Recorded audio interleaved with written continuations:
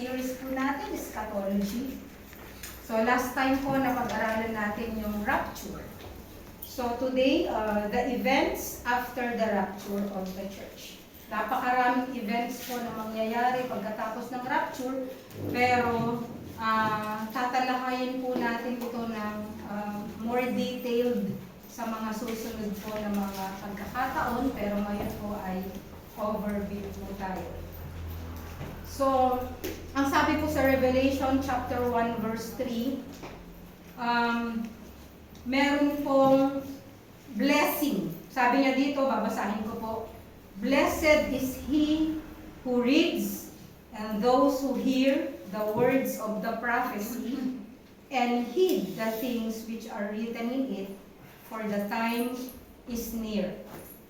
There is a blessing for reading any portion of the Bible. Meron pong blessing pag nagbasa tayo ng salita ng Diyos, but there is an extra special blessing po na ipinangako ng Diyos sa lahat daw po ng nagbabasa, nakikinig, at lahat ng tutupad dito po sa propesiya na ito, which is the book of Revelation. So the book of Revelation is the only book in the Bible na meron pong kasamang promise ng extra special blessing ng Diyos. Kaya po sa oras na ito, habang tayo po ay nag-aaral at nakikinig, ay meron po tayong blessing na nakalaan po para po sa atin. And our key verse dito po sa Revelation ay matatagpuan sa Revelation chapter 1 verse 19. Ang sabi niya dito, "Therefore, write the things which you have seen, and the things which are, and the things which will take place after these things." Ito po ay utos po ng Panginoong Hesukristo kay Apostle John. At kung matatandaan po natin, si Apostle John po, siya lamang po sa 12 disciples, siya lamang po ang kaisa-isa na namatay po ng normal. Namatay po siya sa old age.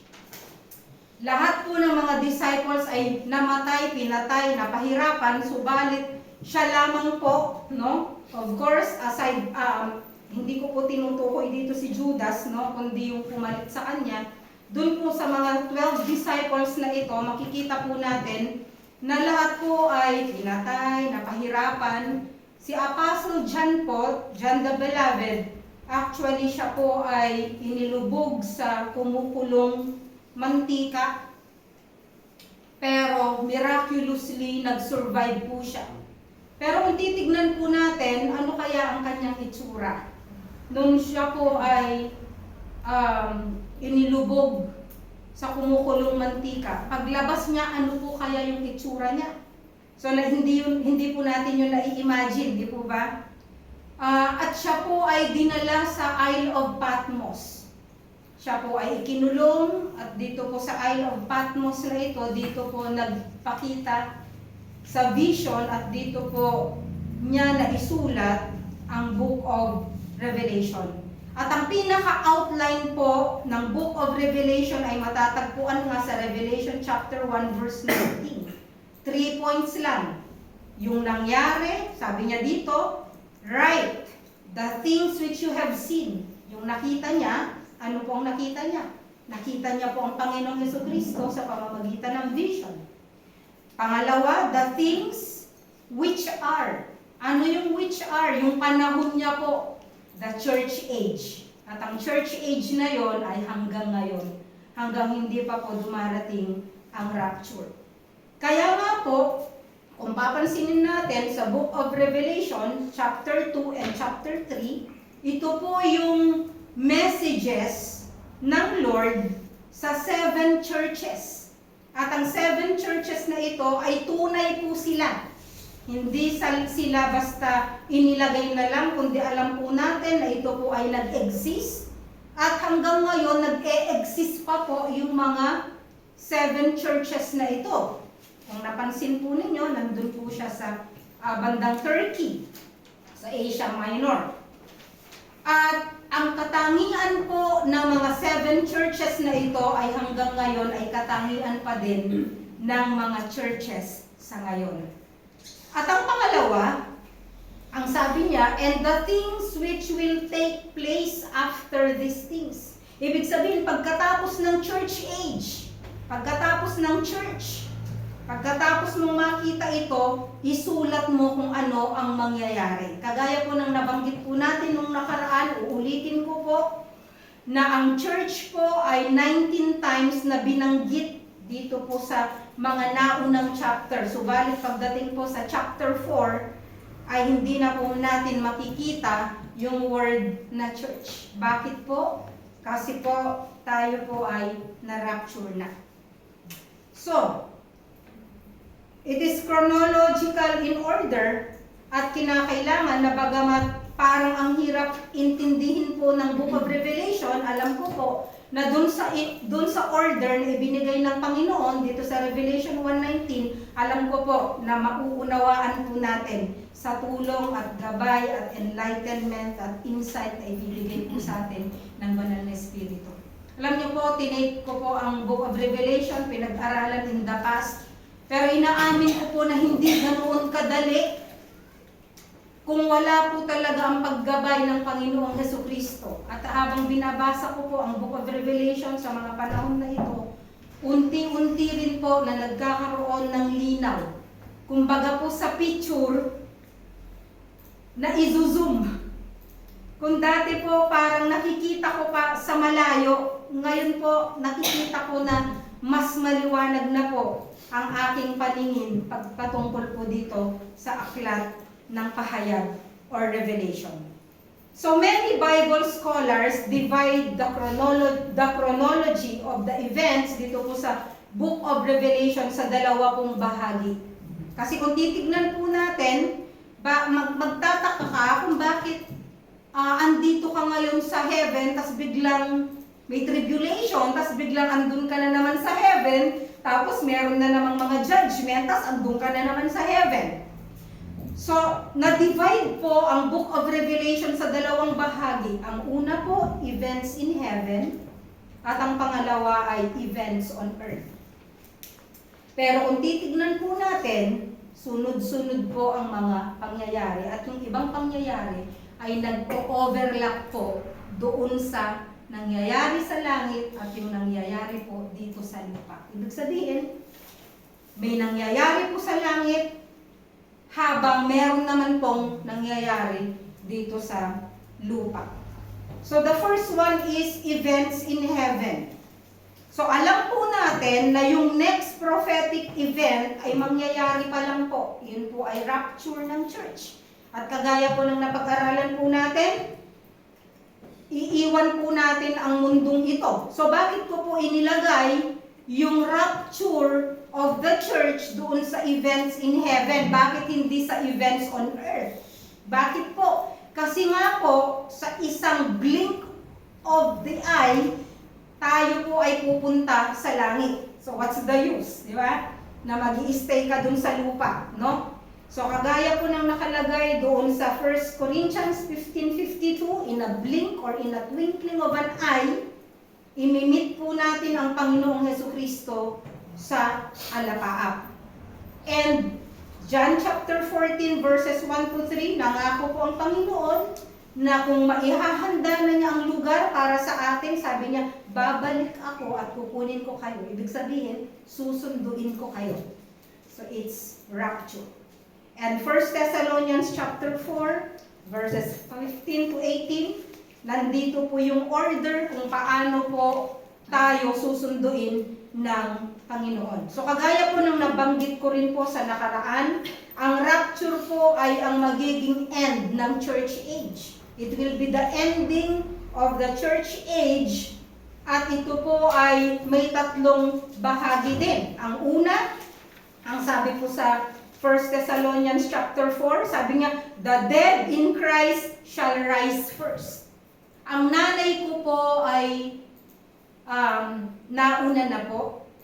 Siya po ay nakalibing ngayon sa Pilipinas, sa isang hill doon po sa Abra, doon po siya nakalibing. So, pagdating po ng rapture, ang sabi po ng Bible, the dead in Christ shall rise first. Alam ko po na ang katawang lupa ng aking nanay, bagamat nasa langit siya, okay? Pag-aaralan po natin sa mga susunod kung nasaan bang langit or nasaan po yung Abraham's bosom, no? Pero ang point ko lang po dito ay hindi po pala ako dapat malungkot na nauna na po ang aking mother, no? Bakit? Kasi po mauna pa nga po siyang babangon eh. Ang sabi dito, the dead in Christ shall rise first. Yung kanya pong katawang lupa na naagnas na, ito po ay muling magre-resurrect. Ito po yung sinasabi sa John chapter 11 na yung magre-resurrect po. At yung kanyang soul at yung kanyang body ay magkakasama at bibigyan po siya ng Panginoon sa isang iglap ng isang glorified body. Okay. Bakit? Bakit glorified body? Kasi ang sabi po ng 1 Corinthians, no, chapter 15, ang atin pong katawang lupa ay hindi pwedeng magmana, hindi pwedeng mailagay sa langit kasi nalalang ang katawan na ito para sa lupa. Kaya bibigyan tayo ng bagong katawan. It is a glorified body. So, the dead in Christ shall rise first. Pangalawa, we, kung hindi pa po tayo namamatay pagdating ng rapture, we who are alive, tayo po yun, kapag hindi pa siya dumarating, at the time of the rapture, sabi ng Bible, shall be taken, shall be caught up, shall be raptured. Ito po yung ibig sabihin. So, together, pangatlo, we will meet the Lord in the air. So, ibig sabihin, pagdating ng rapture, lahat ng namatay kay Kristo at tayo na buhay na tumanggap sa Panginoong Jesucristo as Lord and Savior, yung kanyang church, tayo po ay sama-samang sasalubungin ng Panginoon sa alapaap. And we will go through a transformation from our mortal bodies to immortal bodies. Kaya sabi po sa Revelation chapter 4 verse 1, come up here and I will show you the things to come.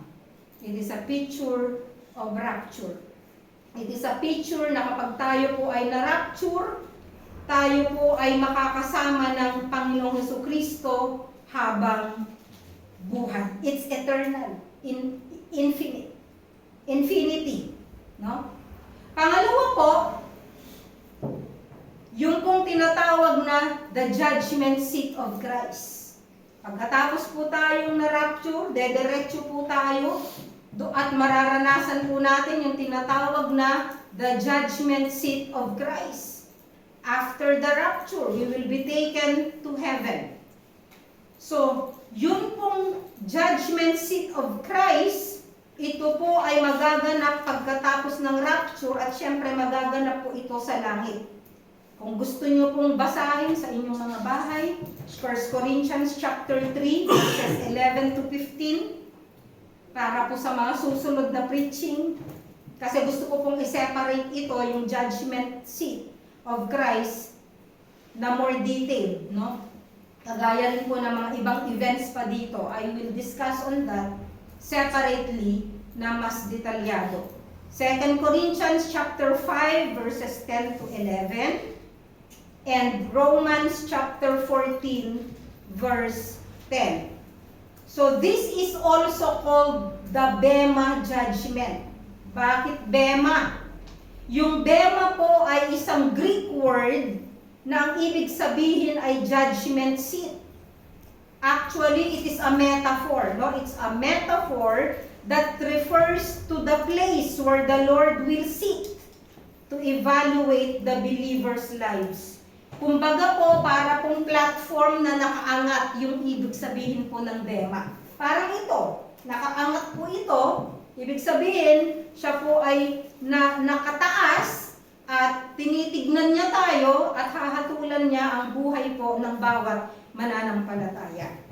So as believers na naglingkod sa Panginoon, naglingkod sa lupa, naglingkod sa church, all of our works and service here on earth will be judged.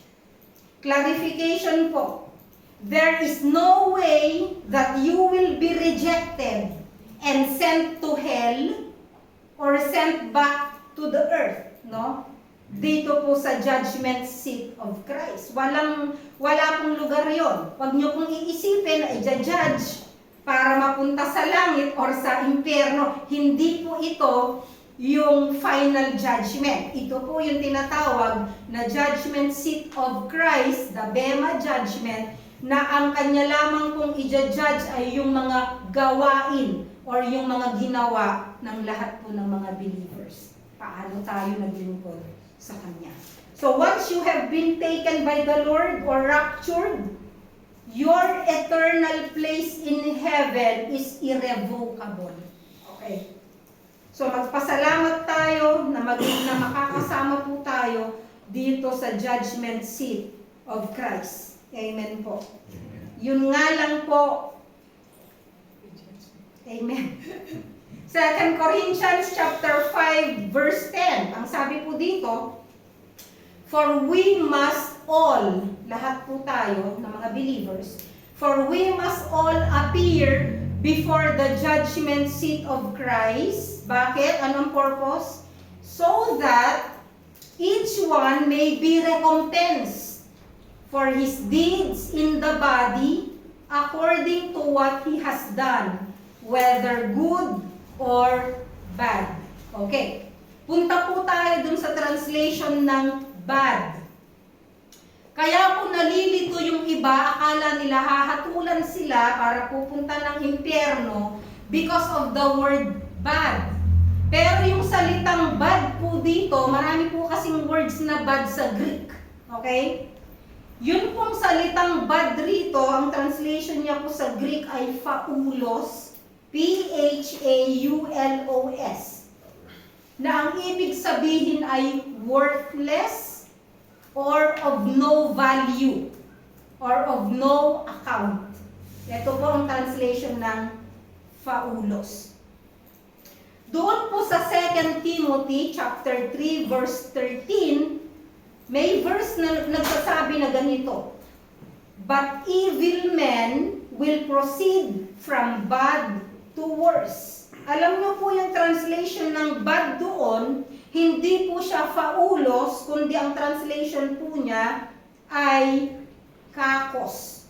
Ano ibig sabihin ng kakos? At saka yung, ang hindi kakos, poneros, which means evil. Okay? Tapos, sa 1 Corinthians chapter 15 verse 33, paborito ni Bro Eric, sabi dito, bad company corrupts good character. Yun pong bad doon, hindi po siya translated na phaulos, hindi siya translated na poneros, translated po siya na kakos, K-A-K-O-S, which means wicked. Okay? So, ano ang ibig ko pong sabihin? Yun pong i-judge na work sa atin na bad, it doesn't mean na wicked po tayo. Kasi kung wicked tayo or evil tayo, wala tayo sa presensya ng Diyos.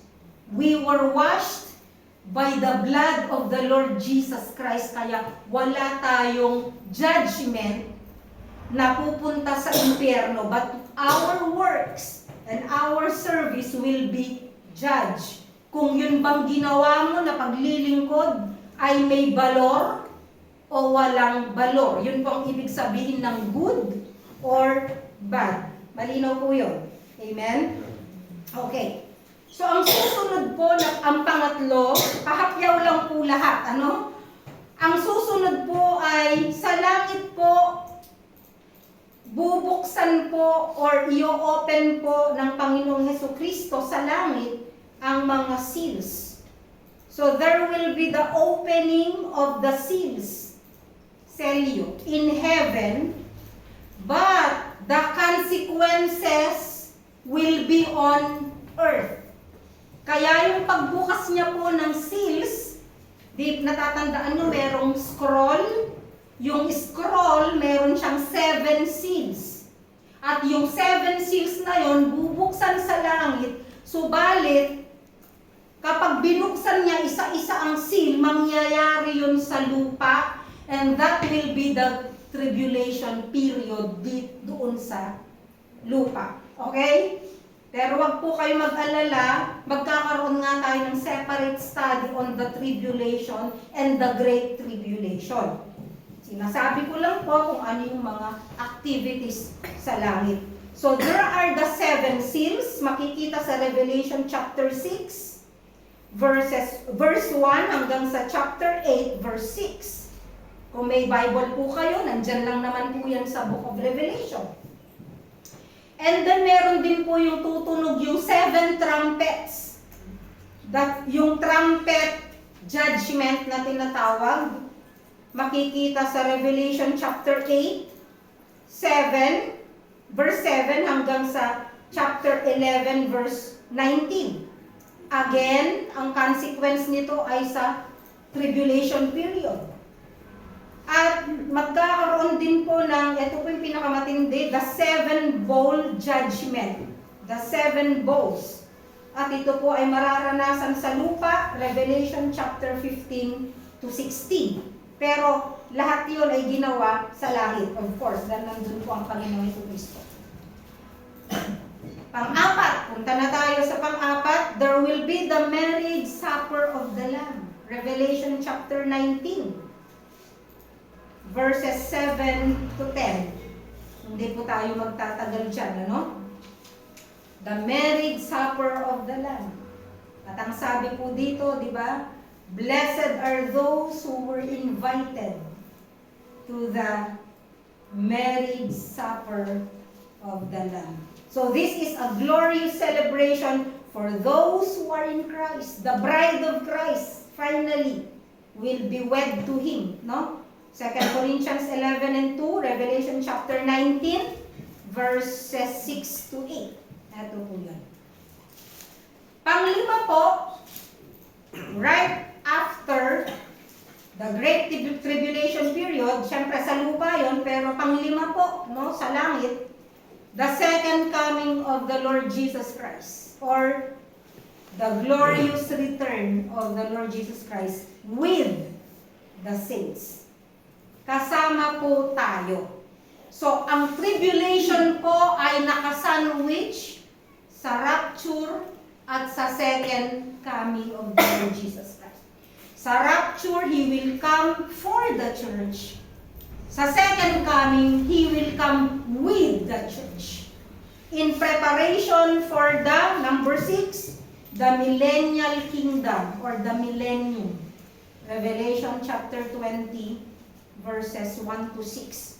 This is the 1,000-year reign of the Lord Jesus Christ and all the saints. Ito po yun. Pang-pito, the great white throne judgment. Okay? At ang pagbubukas ng Lamb's Book of Life, Revelation 21, yung Great White Throne Judgment is Revelation chapter 20, verses 11 to 15. Kasama din po ngayon, susunod, yung Revelation 21, verse 27, the opening of the Lamb's Book of Life. Sa kung ikaw ay nakasama sa Great White Throne Judgment, ibig sabihin, wala kang pag-asa. Ibig sabihin, nireject mo ang Panginoong Hesukristo sa buhay mo. All your entire life, dito sa lupa. Ibig sabihin, mararanasan mo ang great wrath and judgment and final judgment ng Panginoong Hesukristo.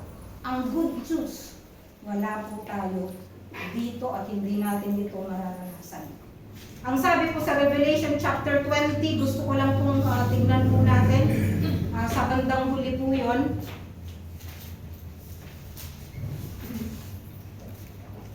Revelation chapter 20, verses 11 to 15. Then I saw a great white throne and him who sat upon it, from whose presence earth and heaven fled away. Ito yung mga during the rapture, di ba? They fled away. And no place was found for them. And I saw the dead, the great and the small. Ibig sabihin, ano man yung kalagayan mo sa buhay, hari ka man, basurero ka man, great or small, standing before the throne, and the books were opened. Maraming books. Bakit? Kasi merong Lamb's Book of Life. Okay? Andito yung books andito yung Book of the Law. Andun yung books ng judgment ng mga tao. And the book of life, and the dead were judged from the things which were written in the books according to their deeds. And the sea gave up the dead which were in it, and the death and Hades gave up the dead which were in them, and they were judged, every one of them, according to their deeds. Then death and Hades were thrown into the lake of fire. This is the second death, the lake of fire. And if anyone's name was not found written in the book of life, he was thrown into the lake of fire. Alam po natin sa rapture na po tayo dito. Ginudge na tayo ng Panginoon according to our works. Kaya that determined our position in the millennial kingdom. Diba? Sa millennial kingdom. Ang sabi po dito, di ba tayo, may rapture tayo. Eto po, parang nag-rapture din sila. Kasi lahat po ng namatay, kahit na nasaan sila, kahit sabi dito, inuluwa sila. Kahit ang mga sea, kahit po ang mga dagat, lahat ng namatay sa dagat, lahat ng mga abo na inilagay sa dagat, kung wala sa Panginoon, ang sabi niya, into a glorified body rin, and their souls will be judged. At sabi dito, kung wala ka sa Book of Life, ikaw ay maitatapon sa lake of fire. Pero hindi pa po yun yung end. Number 8, Revelation chapter 21 to 22, the creation of the new heaven and the new earth. Hindi siya renovation, it's a creation of the new heaven and the new earth and the new Jerusalem. At kung papansinin po natin, merong laging sinasabi dito, the tree of life. Yung tree of life sa original na creation, iyon ang intention ng Lord sa atin. Yung tree of life. Nagkasala tayo, pero sa bandang huli, mararanasan at makikita pa rin natin yung tree of life. Yun po yung events in heaven. Kaya kung binabasa ko ito, sabi ko, kaya pala sinasabing gano'n ni Apostle Paul, for me to live is Christ, and to die is gain.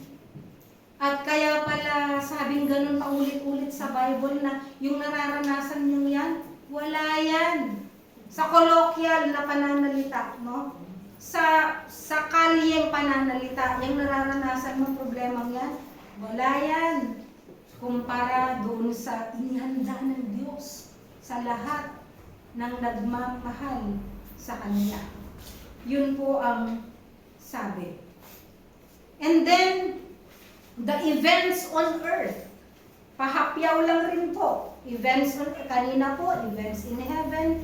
Ngayon na po ay events on earth. Ano po yung events on earth? Kagaya po ng sinabi ko, every time na magkakaroon ng pagbubukas ng seal sa langit or magkakaroon ng trumpet sa langit, ito po ay nangyayari sa lupa, and that is the 7-year tribulation period in which God's judgment is poured out on sinful humanity. Makikita po natin ang tribulation period from Revelation chapter 6 hanggang sa Revelation chapter 16. Number 1, the seven seals. Opened in heaven but released on earth. Revelation chapter 6, verse 1 hanggang 8, verse 6. I think binigay ko to kanina, pwede mo itong balikan mamaya. Pangalawa, the seven trumpets. It is said that it is hell on earth. Itong pangyayaring ito ay hell on earth. At sa panahon na ito, there will be a counterfeit trinity. Counterfeit trinity. The beast, the antichrist, and the dragon. And of course, the 7 years tribulation period is divided into the middle, into the beginning, into the middle, and into the end. Pwede rin siyang hatiin sa dalawa. The first 3.5 and the last or later 3.5. Okay? So, yun po yung pwede nating paghatian doon po sa division ng tribulation period. Doon po sa Book of Daniel, hinati ito sa dalawa, yung 3.5 na una at yung 3.5 na kalahati. Actually, ang tinatawag na Great Tribulation Period ay yung pangalawang hati, the later part. Hindi yung first part. But still, it is included in the 7-year tribulation period. Sa beginning, the Antichrist will rise into power. At kagaya po ng nabanggit ko po kanina na may imitation, di ba? Kung merong imitation na Trinity, di ba? The dragon, the beast, and the Antichrist. Dito po sa beginning or the early stage ng tribulation period, lilitaw po yung Antichrist. At ito po yung sinasabi ng Bible na kapag sinasabi na lahat ay mapayat. Okay. Bakit? Pagdating po niya, ito po ay isang tao, I don't know, I believe, buhay siya ngayon. I think so, because we are in the last days. Siya po ay isang tao na may karisma at magkakaroon ng temporary na kapayapaan. He will sign a peace treaty with Israel. Okay? So the Antichrist will rise to power in association with this time period. And during this period, the church will be already in heaven.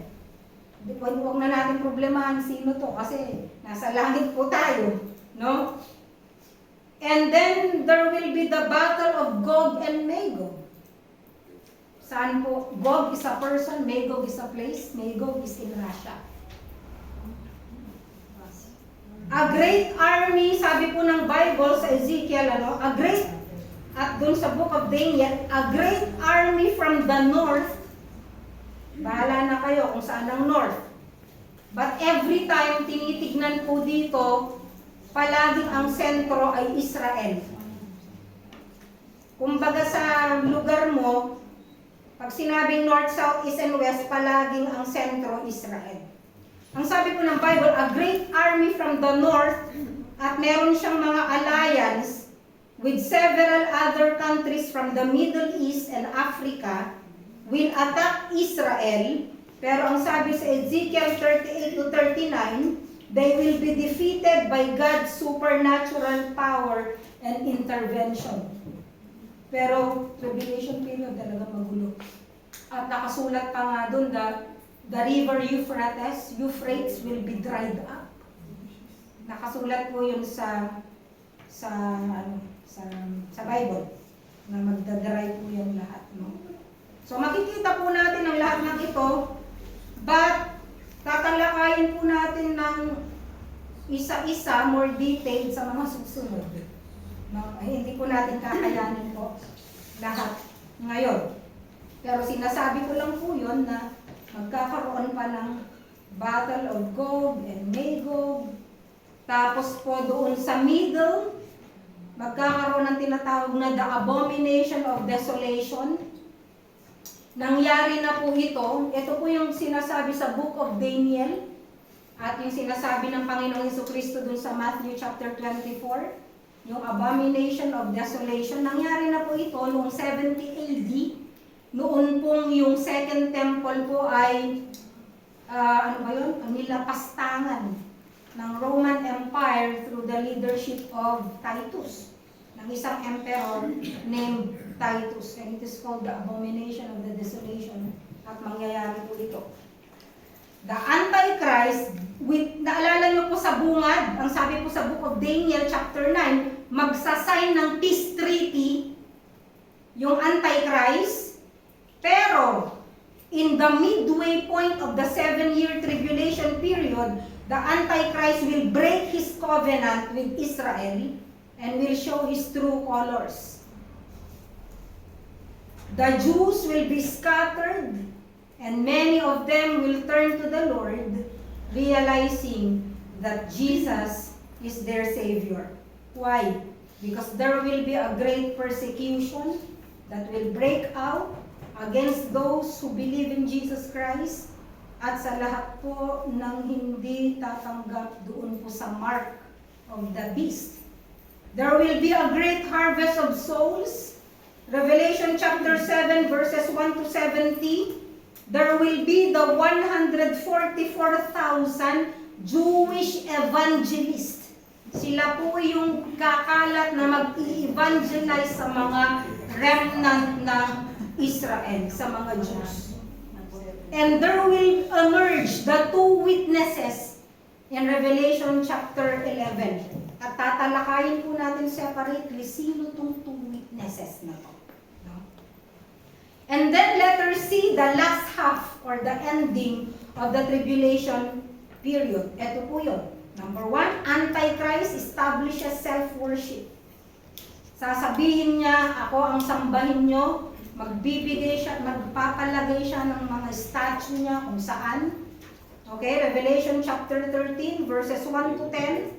Bakit? Bakit kailangan niya na ma-worship? I-require niya na worship siya. And then the false prophet and the mark of the beast, yung sinabi ko po kanina, yung darating ang Panginoon, kasi po ang Antichrist, meron siyang 5 political agenda. One world government, one world monetary system, one world economy, lahat po yan, one world religion, meron. Okay? Ini-start, pinagmimitingan, pero pag meron na, it will be the end times. Wala na po tayo dito. Pagka ano ba tawag, pag naisa katuparan na talaga, wala na po tayo dito. So the false prophet and mark of the beast. Eto, meron nagtatanong, can we accidentally receive the mark of the beast? Kasi po, natatawa lang po ako nung mga nakaraan nung sa COVID. Ayaw pong magpabakuna ng iba kasi daw baka yun na yung mark of the beast. No, you cannot receive the mark of the beast accidentally. Kaya nga pupunta ka sa lake of fire dahil pagdating ng tribulation period, kinakailangan mong mamili. Kinakailangan mong ibigay yung allegiance mo and worship the beast. It will be your decision. Kaya hindi pwedeng accidentally na naturukan ka and that is the mark of the beast. No. I believe that ito po ay mangyayari sa tribulation period. And then Babylon, the governmental and commercial capital, which I believe mari-revive, and the Roman Empire will be revived. Alam niyo ba yun? Babylon, the governmental and commercial capital will be destroyed. Revelation chapter 18, verses 1 to 24. Pang-apat, the battle of Armageddon. Revelation chapter 19, verses 17 to 19. And number 5, the Antichrist and the beast will be cast into the lake of fire together with the dragon. Sino yung dragon? Satan. And Satan is bound in the bottomless pit, never to return again. He will be cast into the lake of fire. That's why sometimes When the devil will remind us of our past, let's remind him of his future. You will be in the lake of fire. You will be tormented. The Lord Jesus Christ has washed me with his precious blood, with the blood that was shed on the cross.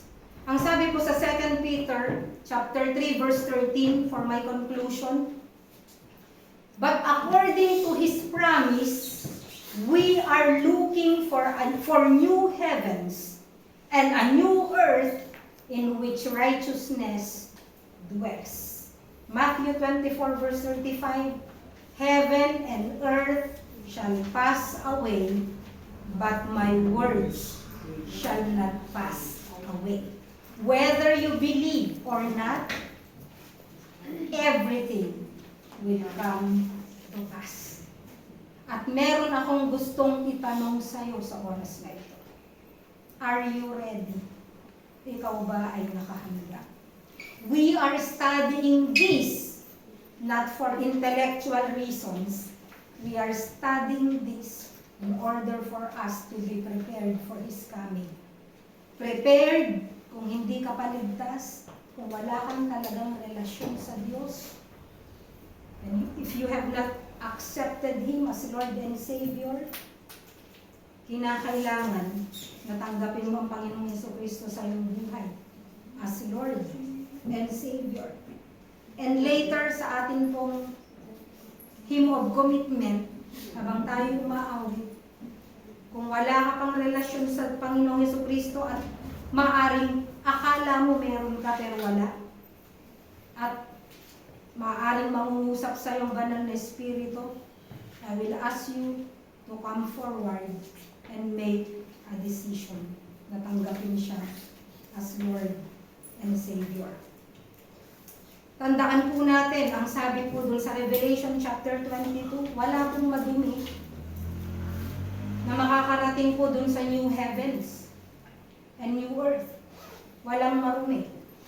Lahat po ng na-rapture, kaya naging malinis, it's because of the blood of the Lord Jesus Christ. Ang sabi po dito sa Revelation chapter 22, verse 11, verse 10 to 11, and He said to me, pakinggan niyo po ito at itatak sa puso at isip, do not seal up the words of the prophecy of this book, for the time is near. Let the one who does wrong still do wrong, and the one who is filthy still be filthy. And let the one who is righteous still practice righteousness, and the one who is holy still keep himself holy. Bakit ganun? Sabi po ng verse 14, blessed are those who wash their robes, so that they may have the right to the tree of life, and may enter by the gates into the city, which is Jerusalem. Verse 15, outside are the dogs. Anong ibig sabihin ng dogs? Ang ibig po ng dogs, they're considered despicable creatures in the New Testament times. And the term when applied to people referred to anyone of low moral character. Unfaithful leaders, homosexual prostitutes are among those who receive such a designation. So no dogs. And sorcerers, lahat ng manghuhula, and the immoral persons, and the murderers, and the idolaters, and everyone who loves and practices lying. Yun po ang sinasabi ng banal na kasulatan. At ang sabi niya dito sa verse 18, I testify to everyone who hears the words of the prophecy of this book. If anyone adds to them, God will add to him the plagues which are written in this book. And if anyone takes away from the words of the book of this prophecy, God will take away his part from the tree of life and from the holy city, which are written in this book. He who testifies to these things says, yes, I am coming quickly. Amen. Come, Lord Jesus. Maranatha. Yun ang sabi ko sa Aramaic. Maranatha.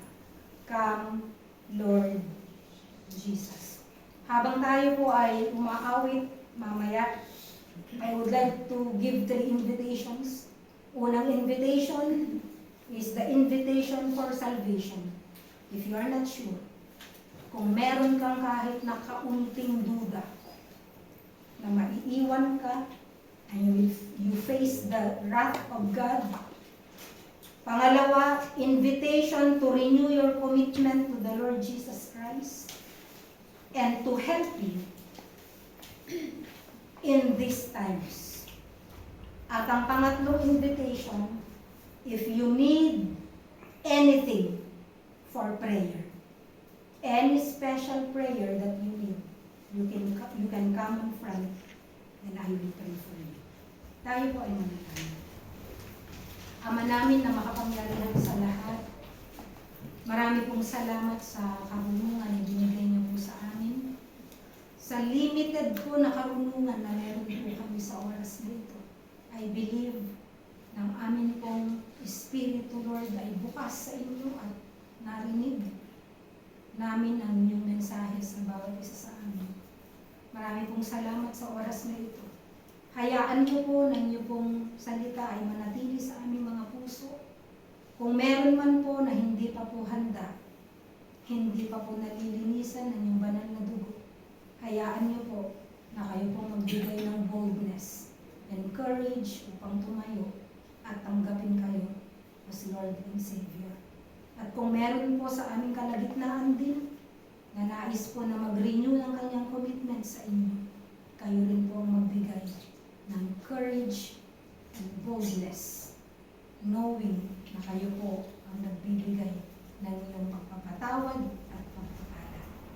At kung meron man po sa aming kapatiran sa oras na ito na nangangailangan ng isa pong panalangin sa kung ano man pong kadahilanan, kayo pong siyang muna. Salamat po sa pagpapala niyo po sa amin pong pag-aaral ng mga salita. Pagpalain niyo po ito. At hayaan niyo na sa susunod po namin mga pag-aaral, kayo rin po magbigay ng handa ng katalinuhan, karunungan sa aming mga puso. Ito po aming dalangin na may pasasalamat sa pangalan ni Jesus. Amen. Tayo po lahat ay tumayo, natin po ang